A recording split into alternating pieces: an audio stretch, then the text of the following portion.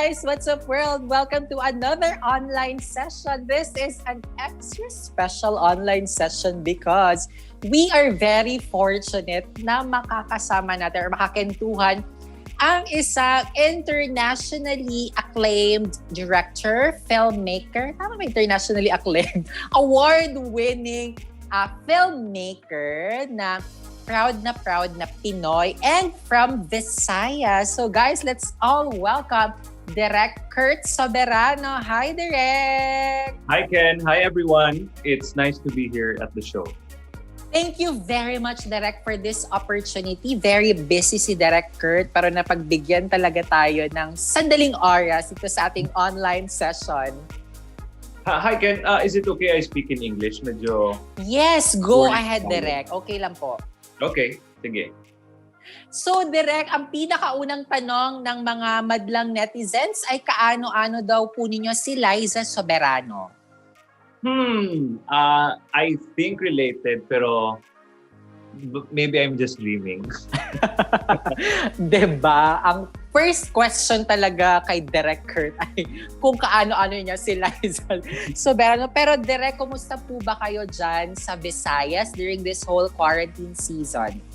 Actually, right now, here in Bacolod, we're still under quarantine and it's really, really hard kasi it always ran out, walang kuryente, so we have troubles with that kasi we're all quarantined sa aming mga bahay. So that's the problem.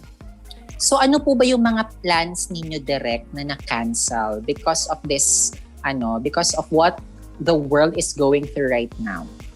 Actually, for the year 2020, I was pitching some short films in mga film festivals here in the Philippines like Blue Cinema, NCCA. Unfortunately, they all got canceled due to the pandemic. So they had to allocate all the funds to other more projects which are needed during the pandemic. So speaking of filmmaking, Direk, how did your passion ba to filmmaking started? Like, bata ka pa, you're really into filmmaking? Or during your exposure na lang siguro with ABS-CBN that you realized that you want to become a filmmaker also? Actually, Ken, my passion for filmmaking has nothing to do with ABS kasi I started out as an actor at a very young age, at 12 years old. And eventually, when I arrived at college, I said, I think I could do more in my art. So I decided to do film. I did some amateur films back then, but I decided to go professional around 2018. Okay, taray. So speaking of movie, Direk, what movie best describes your heart kaya right now? Good question. Makiki-intriga muna ako, Direk. I would point out the movie Pulp Fiction by Quentin Tarantino. So as we all know, Quentin Tarantino has like mga brutal films, but it also has these comedic and artistic factors which us as an audience, we really get to appreciate. So there's the brutality and the comedy at the same time, which is perfect for the pandemic right now. Because it's like a big deal. Okay. So actually, wala po akong idea about that movie, pero go for it. Okay. Speaking of movie, let's talk about your movie, Azúcar. Kasi yung pinag-usapan talaga yung movie na ito, it gained so many recognitions there in Visayas, in the Philippines, and now sa ibang bansa na talaga. So, ano kaya direct? Like ako na hindi ko pa nakikita yung movie, what would be our greatest takeaway sa movie ninyo na Azúcar? And ikaw as a filmmaker, as the creator of that movie, what was your greatest takeaway naman sa pelikulang iyon? If you were to see the movie Azúcar, it focuses more on the sugar industry here in the Philippines. Okay. And I decided to focus on that factor because Visayas, especially Negros Occidental, is the number one producer in terms of sugar or sugarcane sa buong bansa. So it's just sad because the whole country wants to import sugar, which will affect our economy and affect our farmers.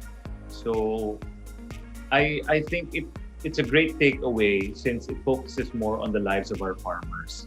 And it's not a documentary type. It's more of a romantic drama type of movie. So makinig yung audience, they will get to appreciate that. And yeah.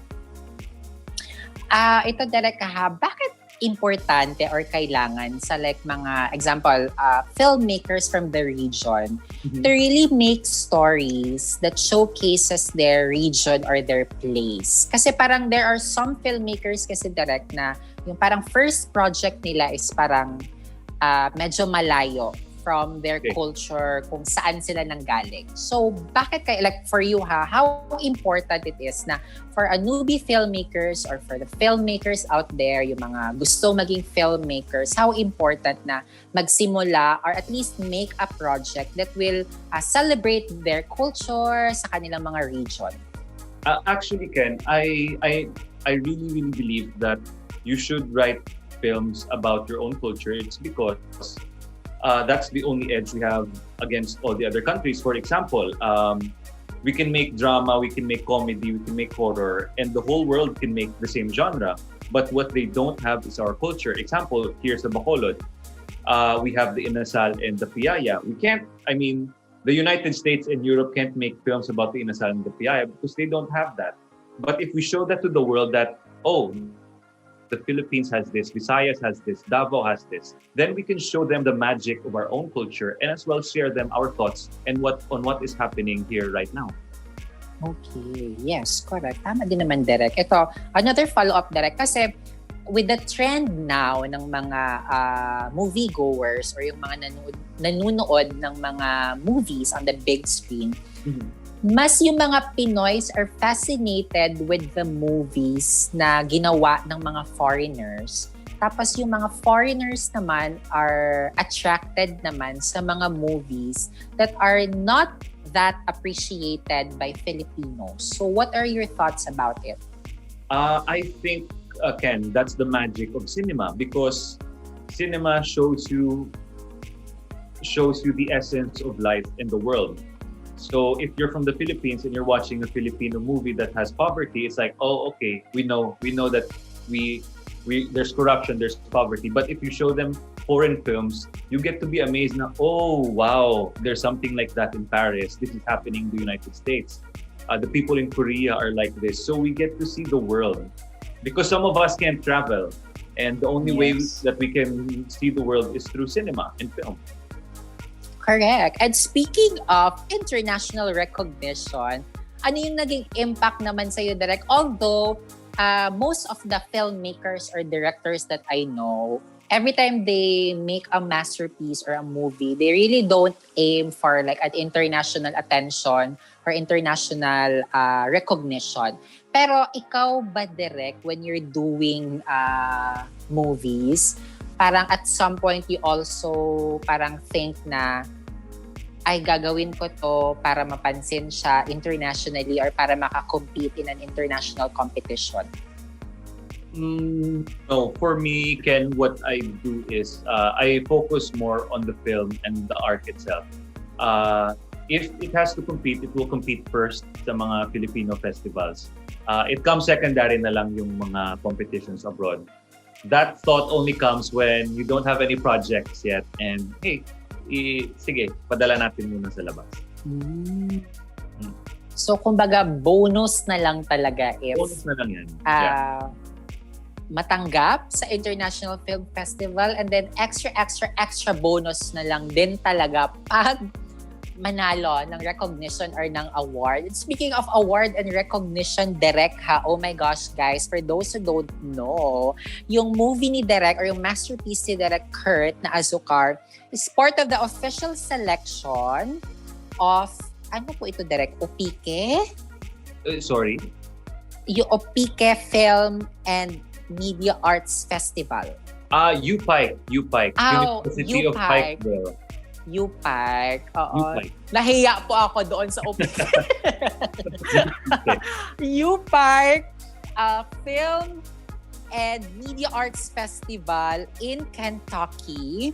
Nanalo din po siya ng Best Feature Film in Anatolia International Film Festival in Turkey. Oh my gosh, grabe. So how does it feel, Direk, na napansin or na-recognize ng mga film critics ng ibang bansa yung inyong pelikula? For the Anatolia, actually, Ken, I didn't expect to win. I was at the CR during that time. Then I received an email na nanalo pala yung Azúcar. Like, wow, okay. But then there came the publicity, which I don't like, especially now, kasi I have this belief that our country is suffering right now. So I do not want to celebrate. I do not want to celebrate. I want to join everyone else in mourning for what is going on in our country. But on the bright side, it feels kind of good to be noticed and for winning Best Feature Film in Turkey. Yeah. Correct. And with that, congratulations, Direk. Hindi lang po yan. Parang feeling ko hindi na comfortable si Direk na super hinahype yung mga recognition. But just so you know, naging Best Director din si Direk Kurt sa kanyang pelikulang Jameson at the Couch Film Festival in Toronto, Canada. Grabe, ikaw na, Direk. Can you tell us a bit about this, this movie na Jameson? Sino ba si Jameson? Actually, Jameson is the name of our store here sa Bacolod. We have a RTW store that sells clothing. Oh my gosh, RTW store ang Jameson. It was created by my grandfather. Jameson was my first film after 5 years since college. So this is what I said earlier. This is my comeback, pero this time professional. I made the film because I wanted to pay tribute to my grandfather who died 2 years earlier, around 2016. I mean, he died and I never got the chance to repay him for all the things that he did. So I decided to make a film about it. Oh, bongga. So kami naman dito sa Davao, Direk, in Mindanao. How can we watch your movies, yung Jameson and Azúcar? I'll send you a link later on. So don't worry. Yeah. Ay, bongga. I-share din natin yan dito sa Kenn TV, ang mga links na yan para mapanood din and ma-experience din natin ang mga award-winning movies si Direk Kurt na again, hindi siya comfortable na sineselebrate ang kanyang recognition. But I think, Direk, we have to celebrate that because that gives parang breath of fresh air also sa ating mga Pinoy na grabe yung toxic and negativities na nababalitaan every day. And thank you very much also, Direk, for bringing a sunshine, a ray of hope sa ating mga filmmakers naman dito sa Pilipinas. So ano ba yung there are so many filmmakers in the country, Direk. There are the filmmakers na mas focus on the indie-ish type of movies. Meron naman yung sa mga mainstream media. Pero everyone is greatly affected because of what is happening right now. Kasi di ba bawal manood ng mga movies sa mga sinihan. Although there are some movies na nasi-stream naman sa mga streaming media or streaming sites. Pero kami, na mga movie-goers, mga Pinoy, how can we support our filmmakers in the new normal? I would suggest that to watch their movies online.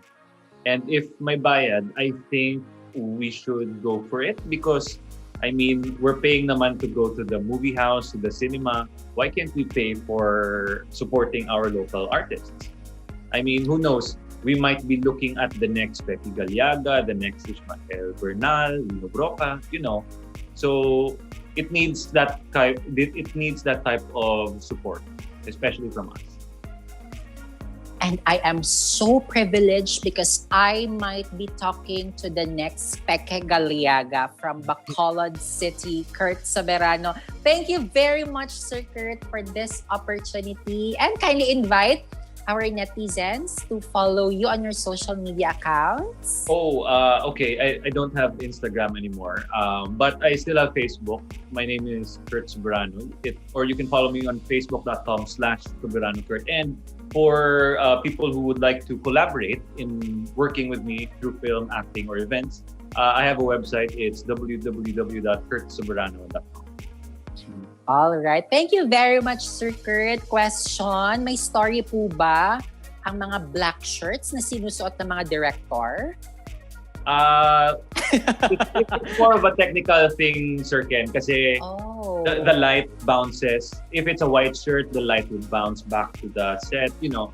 That's how I look at it. Pero it's more on the technical side, I think.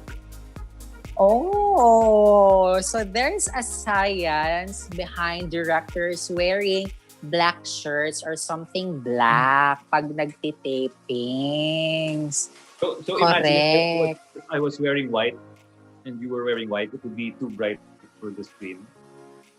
Yeah, that's one thing. Oh, correct. Kasi dili pod siya kaayo pod maklaro sa.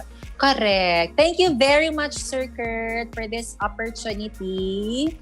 And we are all looking forward to see you in person and watch your masterpieces. Thank you very much, Sir Kurt. Okay, Sir Ken, thank you very much for having me.